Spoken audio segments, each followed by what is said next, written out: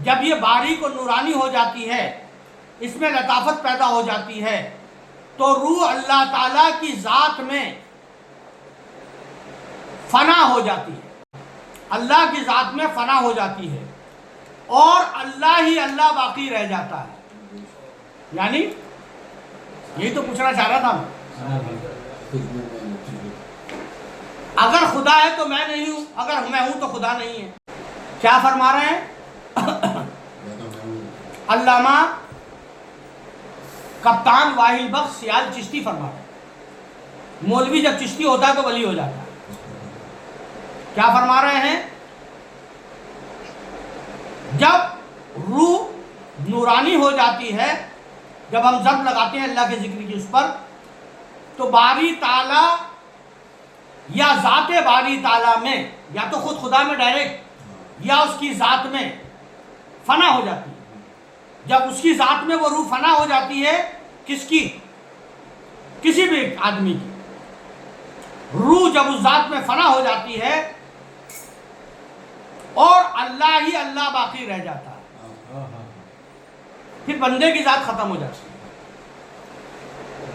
دیکھو میں تو خدا کہتا ہوں ہمیشہ، میں مولوی بھی نہیں ہوں، پھر بھی بہت ہی زیادہ احترام، ادب اور خوف کے دائرے میں رہتا ہوں۔ یہ عالم دین ہے اور بہت بڑے عالم دین ہے، یہ خدا نہیں کہہ رہے، یہ اللہ کہہ رہا ہے۔ کیا ہو جاتا ہے؟ پھر بندے کی ذات باقی نہیں رہتی، وہ بندے کی ذات اللہ کی ذات ہو جاتی ہے۔ حدیث شریف میں آیا ہے کہ اللہ تعالیٰ فرماتا ہے کہ جب میرا بندہ نوافل یعنی زائد عبادت کے ذریعے میرا قرب حاصل کرنا چاہتا ہے تو میں قریب ہو جاتا ہوں، یہاں تک کہ میں اس کے کان بن جاتا ہوں اور وہ مجھ سے سنتا ہے، میں اس کی آنکھ بن جاتا ہوں اور وہ مجھ سے دیکھتا ہے، اور میں اس کے ہاتھ بن جاتا ہوں اور وہ مجھ سے پکڑتا ہے، اور میں اس کے پاؤں بن جاتا ہوں اور وہ مجھ سے چلتا ہے، اور میں اس سے محبت کرتا ہوں، اور جو کچھ وہ مجھ سے چاہتا ہے میں اسے عطا کرتا ہوں۔ حدیث قدسی ہے، اللہ تعالیٰ فرماتا ہے کہ جب میرا بندہ ذکر سے، فکر سے، تفکر سے، تصوف کی عبادات سے، تصوف سے جب میرا قرب حاصل کرنا چاہتا ہے تو میں اس کے قریب ہو جاتا ہوں، یہاں تک کہ میں اس کے کان بن جاتا ہوں، مجھ سے سنتا ہے، میں اس کی آنکھ بن جاتا ہوں، مجھ سے دیکھتا ہے، میں اس کے ہاتھ بن جاتا ہوں، مجھ سے پکڑتا ہے، میں اس کے پاؤں بن جاتا ہوں، مجھ سے چلتا ہے اور وہ مجھ سے چلتا ہے، میں اس سے محبت کرتا ہوں، میں اس سے محبت کرتا ہوں، اور جو کچھ وہ چاہتا ہے میں اسے عطا کرتا ہوں۔ اب آپ خیال فرما سکتے ہیں، جو آدمی اللہ کی آنکھوں سے دیکھے اور اللہ کے کانوں سے سنے تو وہ کیا نہیں دیکھ سکتا اور کیا نہیں سن سکتا، اور یہی اسلامی زندگی کے تمام کشف و کرامات اور القاء اور الہام کا راز ہے۔ اور یہی اسلامی زندگی کے تمام کشف و کرامات، القاء اور الہام کا راز ہے۔ بہت بڑی تعلیمات دے رہا ہوں دوستوں، چھوٹی موٹی تعلیمات نہیں دے رہا ہوں دوستوں۔ اب آگے چلتے ہیں۔ لیکن ذات حق میں فنا ہو کر سالک ہمیشہ کے لیے وہاں نہیں رہ جاتا، اسی لیے اسلامک تصوف بڑا ہے کہ کرسچن گیا وہیں کا ہو گیا، ہندو گیا وہیں کا ہو گیا، بودھسٹ صوفی گیا وہیں کا ہو گیا، لیکن یہ اسلامی صوفی بات ہے کہ وہاں پر نہیں رہتا، جنت سے بار بار جہنم میں آتا ہے۔ لیکن ذات حق میں فنا ہو کر سالک ہمیشہ کے لیے وہاں نہیں رہ جاتا، اگر ہمیشہ کے لیے وہاں رہ جائے تو یہ رہبانیت ہے، اگر ہمیشہ کے لیے وہاں رہ جائے تو یہ رہبانیت ہے جو عیسائیوں میں، بودھسٹوں میں اور ہندوؤں میں ہے، ایکانت واس، اکیلا پن، اگر وہیں رہ جائے گا تو یہ رہبانیت ہے جو ہندو، بدھ اور عیسائی مذہب میں کمال سمجھا جاتا ہے، لیکن اسلام میں اسے نقص اور خرابی سمجھا جاتا ہے۔ آپ سمجھ لو غریب نواز کا مرتبہ۔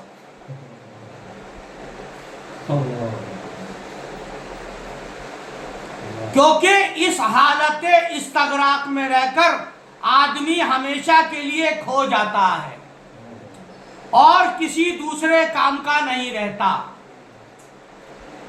اسلامی زندگی میں فنا آخری مقام نہیں ہے، بلکہ فنا کی محویت اور استغراق میں حق تعالیٰ کی صفات سے متصف ہو کر آدمی اپنے پہلے مقام پر واپس آ جاتا ہے، خدا بن کے پھر بندہ ہو جاتا ہے۔ متاع بندگی دے کر نہ لو شان خدا بندی، خدا بن کر پھر بندہ ہو جاتا ہے اور ایسا روز کرتا ہے۔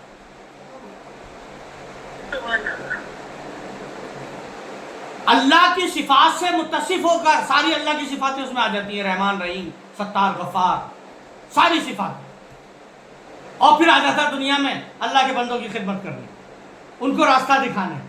وما خلقت الجن والانس الا لیعرفون، پھر آ جاتا ہے، کیا کرتا ہے؟ کیا کرتا ہے؟ آدمی ہمیشہ کے لیے وہاں اسلامی زندگی میں فنا آخری مقام نہیں ہے، بلکہ فنا کی محویت اور استغراق میں حق تعالیٰ کی صفات سے متصف ہو کر آدمی اپنے پہلے مقام پر واپس آ جاتا ہے اور منصب امامت یا خلافت عالیہ پر متمکن ہو کر امور زندگی سر انجام دیتا ہے، یعنی ولی بن کر، سن لو، اور جب یہ ہو جاتا ہے انسان تو پھر اس کو منصب امامت عطا ہوتا ہے، منصب خلافت عطا ہوتا ہے۔ کیا فرما رہے ہیں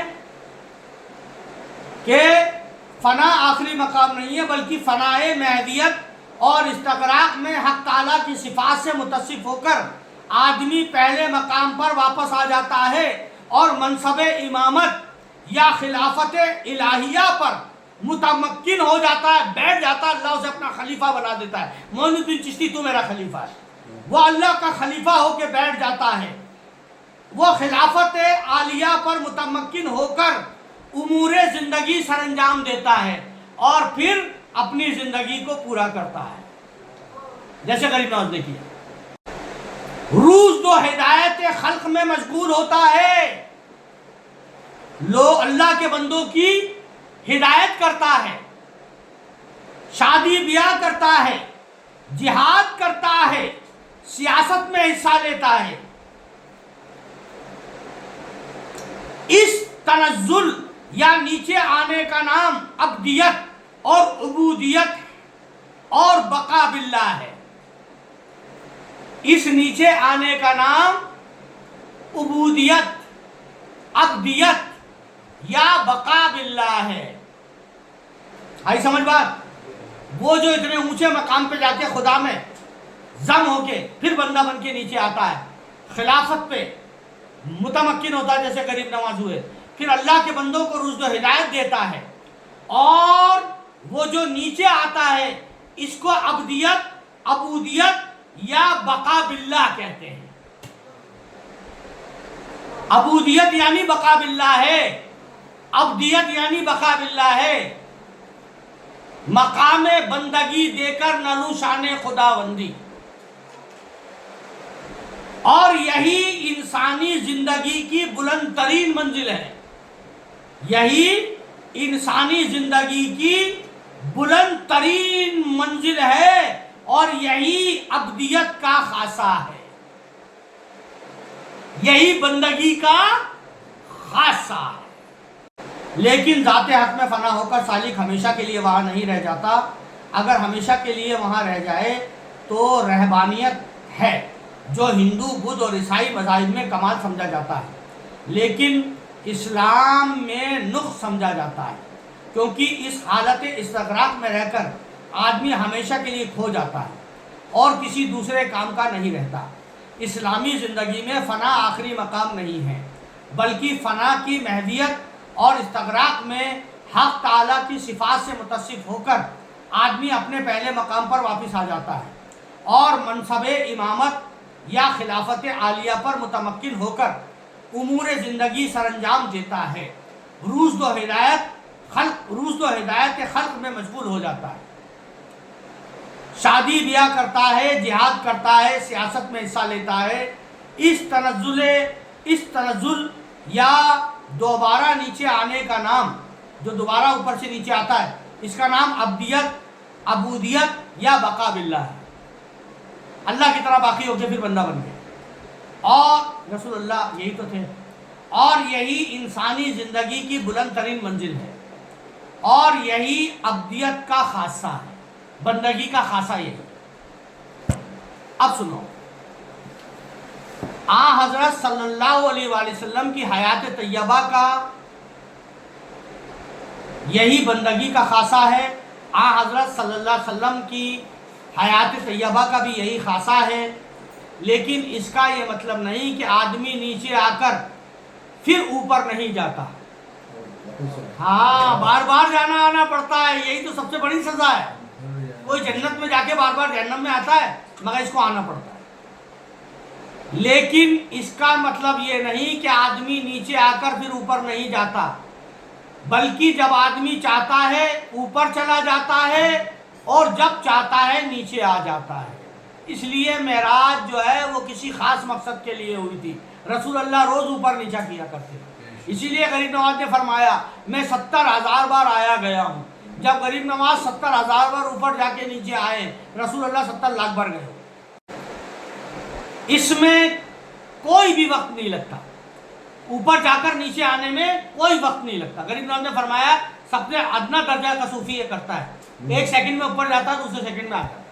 کیا فرما رہا ہے کہ لیکن اس کا مطلب یہ نہیں ہے کہ آدمی نیچے آ کر پھر اوپر نہیں جاتا، بلکہ آدمی چاہتا ہے، جب چاہتا ہے اوپر جاتا ہے، جب چاہتا ہے نیچے آ جاتا ہے، اور اس میں کوئی وقت نہیں لگتا۔ چشمے زدن میں اوپر چلا جاتا ہے اور چشمے زدن میں نیچے آ جاتا ہے۔ کنڈی ہلتی ہی رہی، بستر بھی رہا گرم، ایک پل میں سر عرش گئے آئے محمد۔ لذت قرب،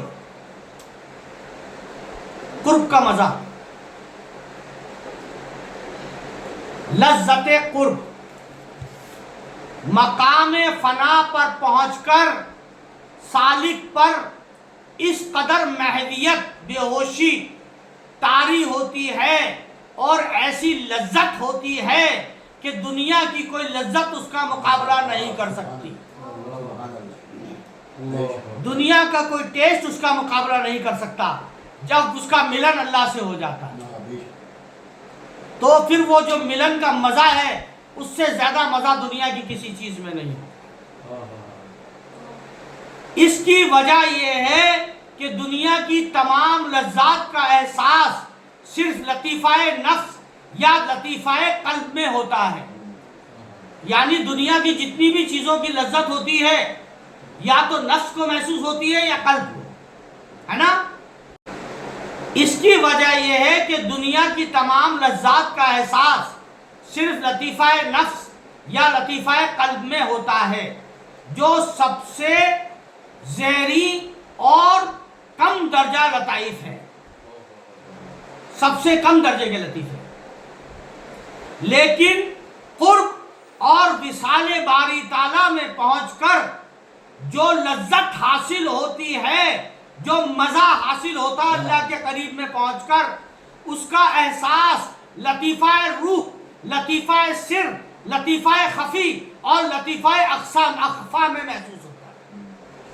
دنیا کی لذت نفس کو اور قلب کو ہوتی ہے، لیکن اللہ کے قرب اور وصال کی لذت لطیفہ روح کو ہوتی ہے، لطیفہ سر کو ہوتی ہے، لطیفہ خفی کو ہوتی ہے، لطیفہ اخفا کو ہوتی ہے۔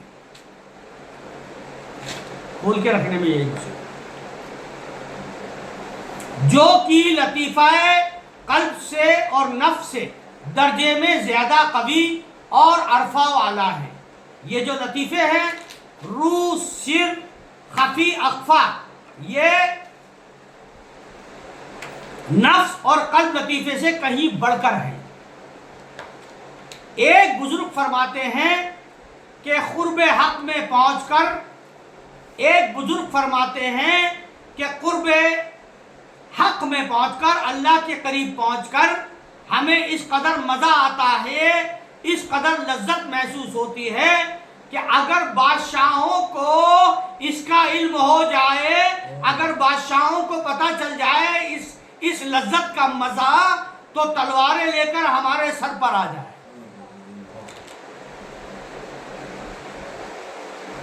بادشاہوں کو اس مزے کا پتہ نہیں ہے۔ کس قدر بدقسمتی اور محرومی کی بات ہے کہ جن دنیاوی لذات مثل خورد و نوش، راگ و رنگ، عشق و محبت، حسن پرستی کی وجہ سے لوگ مذہبی زندگی سے گریز کرتے ہیں، دور بھاگتے ہیں، ان کو معلوم نہیں کہ ان دنیاوی اور جسمانی لذات سے، دنیاوی اور جسمانی لذتوں سے ہزاروں، لاکھوں، کروڑوں گنا زیادہ وہ لذات ہیں جن میں حسن و جمال کی جلوہ گری بھی شامل ہے، یعنی اللہ کا حسن و جمال بھی ہے، محبوب حقیقی کے قرب اور وصال ہیں۔ اس کے علاوہ اسرار اور رموز کائنات ہے، پوری دنیا کے راز، اور کشف و کرامات کی دولت بھی حاصل ہوتی ہے جو بارگاہ باری تعالیٰ سے بطور انعام کے، بطور انسان کامل کے حصے میں آتی ہے۔ اس سے فائدے کیا ہوتے ہیں؟ دنیا سے تو کچھ نہیں ملتا سوائے بیماری کے، مگر یہاں اللہ ملتا ہے، کشف و کرامات ملتی ہے، آپ اولیاء ہو جاتے ہیں، آپ طاقتور ہو جاتے ہیں، اللہ کی طرح ہوتے ہیں۔ لوگوں کو معلوم نہیں کہ دنیاوی اور جسمانی لذات سے ہزاروں، لاکھوں، کروڑوں گنا لذات ہیں، یہ لذات ہیں۔ ان لذات میں حسن جمال کی جلوہ گری بھی شامل ہے، محبوب حقیقی قرب اور وصال ہے، اور اس کے علاوہ اسرار اور رموز کائنات اور کشف و کرامات کی دولت بھی حاصل ہوتی ہے جو بارگاہ باری تعالیٰ سے بطور انعام انسان کامل کے حصے میں آتی ہے۔ حدیث شریف میں آیا ہے من کان للہ کان اللہ لہ، یعنی جو شخص اللہ کا ہو جاتا ہے اللہ اس کا ہو جاتا ہے۔ کیا کہہ رہے ہیں رسول اللہ؟ من کان للہ کان اللہ لہ، یعنی جو شخص اللہ کا ہو جاتا ہے اللہ اس کا ہو جاتا ہے۔ اب آپ خود ہی خیال فرما سکتے ہیں کہ جس شخص کا اللہ ہو جائے اس کو کس چیز کی کمی ہے۔ حق تو یہ ہے کہ جس کا اللہ ہو جاتا ہے پوری کائنات اس کی ہو جاتی ہے۔ قرب حق میں پہنچ کر آدمی قیصر مکان و زمان سے بھی آزاد ہو جاتا ہے۔ قرب حق میں پہنچ کر آدمی قید مکان و زمان سے بھی آزاد ہو جاتا ہے، نہ اس کے لیے کوئی مکان ہوتا ہے نہ زمان ہوتا ہے، یعنی اللہ کی طرف قید مکان و زمان سے بھی آزاد ہو جاتا ہے، اسی کی طرف وہ قید مکان و زمان میں نہیں ہے۔ سبحان اللہ، سبحان اللہ۔ اور جہاں چاہتا ہے آن کی آن میں پہنچ جاتا ہے، قید مکان و زمان سے بھی اوپر ہو جاتا ہے، اور جہاں چاہتا ہے آن کی آن میں پہنچ جاتا ہے۔ اس کے علاوہ وہ تسخیر موت بھی کر لیتا ہے، موت کو بھی مار دیتا ہے، اب موت نہیں آئے گی اس کو کبھی، وہ امر ہو جاتا ہے، اور زندہ جاوید ہو جاتا ہے۔ وہ تسخیرہ موت بھی کر دیتا ہے اور زندہ جاوید ہو جاتا ہے۔ اس کی موت صرف ظاہری طور پر ظاہری پردہ پوشی ہوتی ہے، اس کی موت ظاہری پردہ پوشی ہوتی ہے، لیکن حقیقت میں زندوں سے بھی زیادہ زندہ ہوتا ہے۔